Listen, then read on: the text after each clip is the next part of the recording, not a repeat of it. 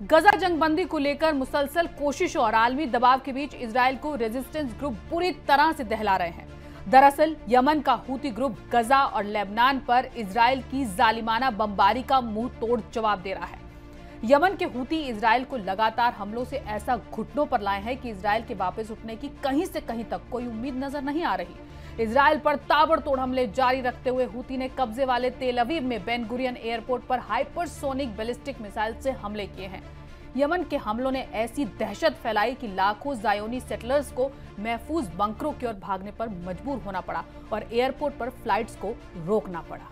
नाजरीन, हमें ऐसा खदशा है कि सच्ची खबरें दिखाने में हमें जल्द ही चुनौतियों का सामना करना पड़ सकता है और हमारे YouTube चैनल तहजीब टीवी को टर्मिनेट भी किया जा सकता है। इसीलिए आपसे गुजारिश है कि हमारे नए चैनल जिसका नाम है तहजीब टीवी ऑफिशियल, आप उसे अभी सब्सक्राइब कर लें, ताकि अगर हमारा ओरिजिनल चैनल तहजीब टीवी किसी भी वक्त टर्मिनेट हो जाए तो आप आसानी से हमारे बैकअप चैनल से जुड़ सकें। हमारे नए चैनल तहजीब टीवी ऑफिशियल का लिंक डिस्क्रिप्शन में दिया गया है। शुक्रिया। अमेरिका की हिमायत के बावजूद इजराइल मिडिल ईस्ट में पूरी तरह से अलग थलग पड़ चुका है। इसकी वजह यह है कि इजराइल ने गजा में इतने माह से जो कत्लेआम जारी रखा, उसकी वजह से इजराइल के खिलाफ पूरी दुनिया उतर आई है। इजरायली पीएम गजा और लेबनान पर जुल्मी जंग करके इंटरनेशनल वॉर क्रिमिनल बन गया है। यही वजह है कि उसकी कार्रवाइयों को रोकने के लिए न सिर्फ सियासी कोशिशें जारी हैं, बल्कि हूती हमास जैसे रेजिस्टेंट ग्रुप भी उस पर ताबड़तोड़ हमले करके उसे बुरी तरह से दहला रहे हैं। यमन का हूती ग्रुप इसी कड़ी में रोजाना इजराइल पर रॉकेट और ड्रोनों से हमले कर रहा है। प्रेस टीवी के मुताबिक